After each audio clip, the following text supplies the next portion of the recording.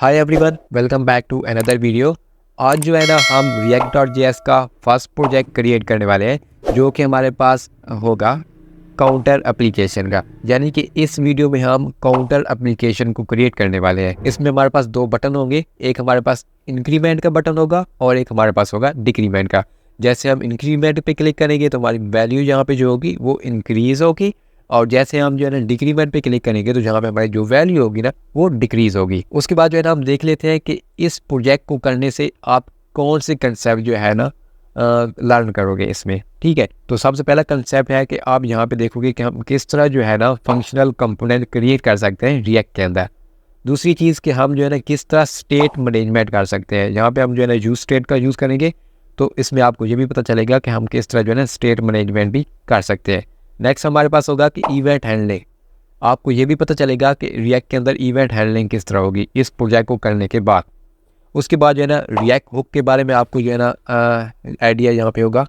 उसके बाद JSX syntax, यहाँ पे आपको पता चलेगा कि JSX को हम किस तरह राइट करते हैं, उसके सिंटैक्स को। उसके बाद जो है ना कंपोनेंट रीरेंडरिंग, यानी कि हम यहाँ पे कंपोनेंट को रीरेंडर किस तरह करते हैं। तो ये सारी चीज़ें जो है ना आपको इस प्रोजेक्ट के अंदर सीखने को मिलेंगी, और ये वो चीज़ें हैं जिससे जो है ना आप एक कम्प्लेक्स एप्लीकेशन भी क्रिएट कर सकते हैं। लेकिन ये हमारे पास एक जो है ना स्टार्टिंग वीडियो है, यानी कि फर्स्ट प्रोजेक्ट है, तो हम बेसिक प्रोजेक्ट से ही स्टार्ट करेंगे। ठीक है, तो चलिए स्टार्ट करते हैं, अपनी एप्लीकेशन को बनाते हैं। तो यहाँ पे आप देख सकते हैं मैंने एक ऑलरेडी अपनी रिएक्ट की एप्लीकेशन यहाँ पे बना ली है। ठीक है, इसमें क्या है कि आपने जो है ना सिंपल कमांड राइट करनी है, यहाँ पे आपको स्क्रीन पे शो हो रही होगी। आपने ये सिंपल कमांड राइट करनी है तो आपकी रिएक्ट की एप्लीकेशन जो है ना वो क्रिएट हो जाएगी। उसके बाद जो है ना आपने इसको रन कर लेना है। आप रन करोगे तो आपको कुछ इस तरह का इंटरफेस मिलेगा। ठीक है, अब नेक्स्ट स्टेप में हम क्या करेंगे, मैं अगेन जाऊँगा VS कोड के अंदर। आपने जो है ना अपनी एप्लीकेशन को यहाँ से ओपन करना है। उसके बाद आपको यहाँ पे एक फोल्डर मिलेगा SRC का, आपने इसको ओपन करना है। इसमें जो है ना आपको डिफरेंट फाइल मिल जाएंगी, app.css, app.js। तो आई होप आपको इनका पता होगा। ठीक है, अब जो है ना ज़्यादातर वर्क करने वाले हैं फंक्शनैलिटी के ऊपर, तो हम जो है ना CSS के पार्ट को इतना ज़्यादा जो है ना नहीं देखेंगे। हम जो है ना वर्क करेंगे अपने जावास्क्रिप्ट की फाइल के ऊपर, यानी कि रिएक्ट की जो फाइल होगी। तो आप जाएगा app.js के अंदर, ये हमारे पास मेन फाइल हमारे पास होती है। जब भी हम कोई भी रिएक्ट की एप्लीकेशन क्रिएट करते हैं तो ये हमें यहाँ पे डमी कोड मिलता है। आप सिंपली इसको यहाँ से हेडर से सिलेक्ट करोगे और जहाँ पे क्लोज हो रहा है हेडर, इसको यहाँ से रिमूव कर दोगे। ठीक है, तो इसको मैं यहाँ से रिमूव करता हूँ और सिंपली अभी मैं यहाँ पे H1 राइट करता हूँ, यहाँ पे राइट कर देता हूँ हेलो, सेव करता हूँ फाइल। अगेन जाता हूँ अपने ब्राउज़र के ऊपर, तो यहाँ पे देखो हमारे पास हेलो आ चुका है। ठीक है, अब हम यहाँ पे अपनी एप्लीकेशन क्रिएट करेंगे। तो मैं अगेन जाऊँगा यहाँ पे अपने VS कोड के अंदर, और इस SRC फोल्डर के अंदर यहाँ पे मैं एक फोल्डर क्रिएट कर लूँगा with the name of component. अब इस फोल्डर के अंदर जो है ना मैं एक फ़ाइल क्रिएट करूँगा न्यू फाइल के नाम से, और यहाँ पे मैं राइट करता हूँ counter.jsx। यहाँ पे मैंने जो अब क्या किया है, यहाँ पे मैं एक फाइल क्रिएट कर लिया है। ठीक है, अब इस फाइल के अंदर मैं फंक्शनल कंपोनेंट क्रिएट करूँगा। फंक्शनल कंपोनेंट को क्रिएट करने के लिए हम यहाँ पे क्या करेंगे, आप यहाँ पे सिंपल राइट कर सकते हो RAFC, इंटर प्रेस करोगे तो आपके पास यहाँ पे कंपोनेंट एक क्रिएट हो जाएगा। ठीक है, अब इसको हम समझ लेते हैं। यहाँ पे हमने जो है ना रिएक्ट को इंपोर्ट किया है। आप इसको यहाँ पे इंपोर्ट करो ना करो सेम ही चीज़ है। यहाँ पे इसको रिमूव करता हूँ। उसके बाद यहाँ पे हमने जो है ना एक फंक्शनल कंपोनेंट क्रिएट किया है। बेसिकली ये हमारे पास एक एरो फंक्शन है जो कि हमारे पास रिटर्न कर रहा है जो भी हमारे पास इसके अंदर चीज़ आएगी। यहाँ पे मैं राइट कर देता हूँ H1 और यहाँ पे काउंटर ऐप। अब हम क्या करेंगे, इसको यहाँ पे हमने एक्सपोर्ट किया है, तो अब इसको हम एक्सपोर्ट यहाँ पे कर रहे हैं, तो हम app.js के अंदर जाएंगे और इसको यहाँ पे इंपोर्ट कर लेंगे। तो इसको यहाँ से SVG लोगो हमारा आ रहा है, इसको मैं यहाँ से रिमूव करता हूँ और यहाँ पे जो है ना मैं राइट करता हूँ इम्पोर्ट। ठीक है, उसके बाद यहाँ पे मैं राइट करूँगा काउंटर, इंटर प्रेस करूँगा तो यहाँ पे हमारे देखो कंपोनेंट इंपोर्ट हो चुका है। अब हम यहाँ पे इसको यूज़ कर लेंगे। तो कंपोनेंट को यूज़ करने के लिए यहाँ पे हम क्या राइट करेंगे, काउंटर, कुछ इस तरह। ठीक है, इसको हम यहाँ से क्लोज कर देंगे। ये हमारे पास एक कंपोनेंट है। जाते हैं ब्राउज़र के ऊपर, तो यहाँ पे देखो काउंटर ऐप, यानी कि हमारे पास जो अब हमारी एप्लीकेशन की हेडिंग है वो यहाँ पे शो हो चुकी है। अब अगेन जाएंगे हम VS कोड के अंदर, counter.js के अंदर हम इसके अंदर आप अपना कोड राइट करेंगे। अब यहाँ पे जो है ना हमें क्या चाहिए, एक हमें जो है ना यहाँ पे सेक्शन चाहिए जिसके अंदर हमारे पास वैल्यू शो होगी। तो उसको हम यहाँ पे P राइट करते हैं।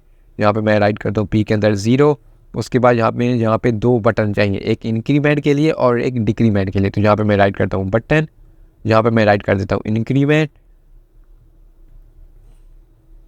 और इसको मैं डुप्लीकेट कर लेता हूँ और यहाँ पे मैं डिक्रीमेंट। ठीक है, सेव करता हूँ फाइल को, ब्राउज़र के ऊपर जाते हैं तो यहाँ पे देखो हमारे पास इंक्रीमेंट और डिक्रीमेंट का यहाँ पे बटन भी आ चुका है। ठीक है, अब हमें क्या करना है, अब इसको हमने फंक्शनल बनाना है। तो फंक्शनल बनाने के लिए अब यहाँ पे हम क्या करेंगे, हम अगेन जाएंगे VS कोड के अंदर। अब यहाँ पे हम जो है ना इसके डेटे को डायनामिकली मैनेज करेंगे। तो उसके लिए हम क्या करेंगे, यहाँ पे यूज स्टेट का यूज़ करेंगे। ठीक है, तो यहाँ पे मैं सबसे पहले हम इंपोर्ट कर लेंगे यूज स्टेट को। यहाँ पे मैं राइट करता हूँ import use state. Use state क्या, बेसिकली हमारे पास एक हुक है, ठीक है, रिएक्ट की, जो हमारे पास यानी कि डेटे को मैनेज करने के लिए यूज़ होती है। उसके बाद जो है ना हम यहाँ पे क्या करेंगे, इस काउंटर जो हमारे पास फंक्शनल कंपोनेंट है, इसके अंदर सबसे पहले हम इसकी वैल्यू को इनिशियलाइज कर लेंगे। यूज स्टेट की जो वैल्यू होगी उनको इनिशियलाइज करेंगे। तो इनिशियलाइज करने के लिए यहाँ पे मैं यहाँ कॉन्स्ट राइट करूँगा और इसके अंदर जो है ना एरे के अंदर हम यहाँ पे वेरिएबल क्रिएट करेंगे। सबसे पहले हमारे पास काउंट आ जाएगा और उसके बाद यहाँ पे हम राइट करेंगे सेट काउंट, और उसके बाद यहाँ पे हम राइट करेंगे यूज स्टेट, और यहाँ पे हम इसकी जो इनिशियल वैल्यू होगी वो यहाँ पे हम 0 राइट कर देंगे। ठीक है, अब यहाँ पे हमने क्या किया है कि हमारे पास एरे के अंदर जो दो चीज़ें आ रही हैं, एक हमारे पास जो है ना काउंट आ रहा है। काउंट हमारे पास क्या करेगा, इनिशियल वैल्यू को स्टोर करेगा, और सेट काउंट क्या है, ये हमारे पास एक फंक्शन है जो कि इस वैल्यू को सेट करेगा। अगर यहाँ पे आप इसकी वैल्यू को चेंज करना चाहते हो तो सेट काउंट की हेल्प से जो है ना आप इसकी वैल्यू को चेंज कर सकते हो। ठीक है, अब नेक्स्ट स्टेप में हमें क्या करना होगा कि अब यहाँ पे देखो हमने जो है ना सिंपल p राइट यहाँ पे किया है। अब यहाँ पे हम पास करेंगे इस काउंट की वैल्यू को, जो है ये जो हमारे पास काउंट आ रहा है वेरिएबल। तो इसको हम यहाँ पे किस तरह करेंगे, हम ब्रैकेट्स का यूज़ करेंगे, यहाँ पे कर्ली ब्रैकेट्स। ठीक है, उसके बाद यहाँ पे हम जो है ना इस काउंट वेरिएबल को यूज़ कर लेंगे। अब ये हमारे पास क्या चीज़ है, अब हमने यहाँ पे क्या किया है, JSX का यूज़ किया है, यानी कि हमने HTML के कोड के अंदर जो है ना जावास्क्रिप्ट के कोड को राइट किया है। ठीक है, तो ये हमारे पास क्या है, JSX की फॉर्म में आ चुकी है। अब नेक्स्ट स्टेप में हम क्या करेंगे, यहाँ पे हम दो फंक्शन क्रिएट करेंगे। एक फंक्शन हमारे पास होगा इंक्रीमेंट के लिए और दूसरा फंक्शन हमारे पास होगा डिक्रीमेंट के लिए। तो यहाँ पे मैं राइट करूँगा कॉन्स्ट इंक्रीमेंट, और इसके बाद जो है ना यहाँ पे हम एरो फंक्शन क्रिएट करेंगे। अब इसमें हमारे पास क्या होगा कि हम जो है ना इस काउंट की वैल्यू को जो है ना सेट करेंगे। ठीक है, यानी कि हम इंक्रीमेंट बटन के ऊपर क्लिक करें तो इसकी वैल्यू जो है ना 0 से चेंज होके 1 हो जाए। ठीक है, तो यहाँ पे मैं राइट कर दूंगा सेट इंक्रीमेंट, सेट काउंट का फंक्शन यहाँ पे मैं कॉल करूँगा, और इसमें हम यहाँ पे कर देंगे काउंट प्लस 1। ठीक है, अब क्या होगा कि हमारे पास जो काउंट की वैल्यू 0 है, प्लस 1 करेंगे तो यहाँ पे हमारे पास 1 हो जाएगी। ठीक है, अब इसको हम यहाँ पे चेक भी कर लेते हैं। तो यहाँ पे बटन में हम जाएंगे और बटन में यहाँ पे हम इवेंट हैंडलर का यूज़ करेंगे। तो यहाँ पे मैं राइट करूँगा ऑन क्लिक। हम चाहते हैं कि जैसे हम जो है ना इस बटन के ऊपर, इंक्रीमेंट बटन के ऊपर क्लिक करें तो ये हमारे पास जो एक्शन है परफॉर्म हो जाए, यानी कि ये वाला जो फंक्शन है ये रन हो जाए। तो इसमें हम जो है ना इंक्रीमेंट फंक्शन को यहाँ पे पास कर देंगे। मैं सेव करता हूँ और जाते हैं ब्राउज़र के ऊपर, और जैसे जो है ना यहाँ पे मैं इंक्रीमेंट के ऊपर क्लिक करूँगा तो इसको जो है ना मैं कुछ इस तरह पोजीशन इसकी चेंज कर देता हूँ। ठीक है, ताकि यहाँ पे हमारे पास इंक्रीमेंट आ जाए और यहाँ पे हमारे पास डिक्रीमेंट।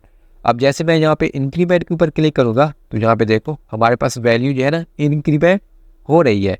ठीक है, अब हमने यहाँ पे क्या है, ये किया है यूज स्टेट का यूज़ करके हम जो है ना अपने डेटे को यहाँ पे अपने एप्लीकेशन के अंदर मैनेज कर पा रहे हैं। ठीक है,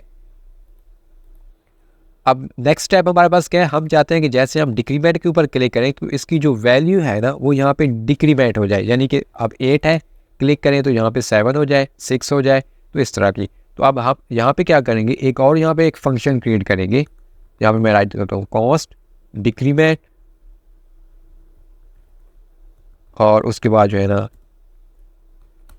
इसके अंदर यहाँ पे मैं राइट करूँगा सेट काउंट, और सेट काउंट अब यहाँ पे मैं क्या राइट करूँगा काउंट, और इसमें से मैं -1 कर दूँगा।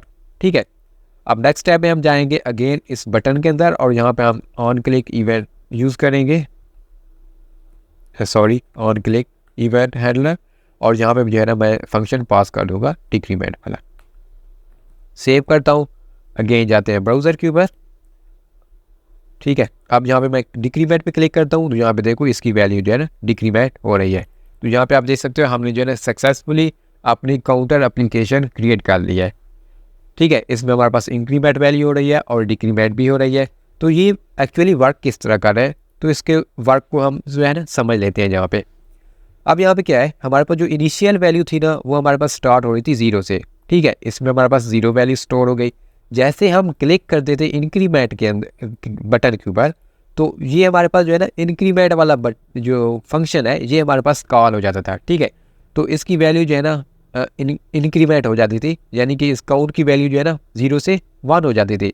जितनी दफ़ा ये कॉल होता था उतनी वैल्यू जो है इसमें इंक्रीज़ होती जाती थी। तो इसमें हमारे पास जो है ना अगर हम 1 टाइम यहाँ पे करें, और इसको मैं रीलोड करता हूँ, यहाँ पे 0 है, अगर मैं इंक्रीमेंट करता हूँ, अब हमने यहाँ पे फंक्शन को यानी कि 1 टाइम कॉल किया है तो हमारे पास इंक्रीमेंट यहाँ पे एक दफ़ा हुआ है। अब हम दोबारा क्लिक करेंगे तो 2 टाइम हो जाएगा, तो इस तरह इंक्रीमेंट हो जाएगी। ठीक है, और इसके अंदर हमारे पास अब वैल्यू कितनी आ चुकी है, 4 वैल्यू आ चुकी है। ठीक है, अब यानी कि इसकी वैल्यू जो हमारे पास यहाँ से 0 से 4 हो चुकी है। अब हम डिक्रीमेंट पे जैसे क्लिक करेंगे तो 4 में से अब जो है ना माइनस हमारे पास होगा, तो उसकी वैल्यू हमें जो है ना फिर इस तरह डिक्रीज़ होती हुई नज़र आएगी। ठीक है, and I hope this video helpful for you and thanks for watching. I will see you in the next video.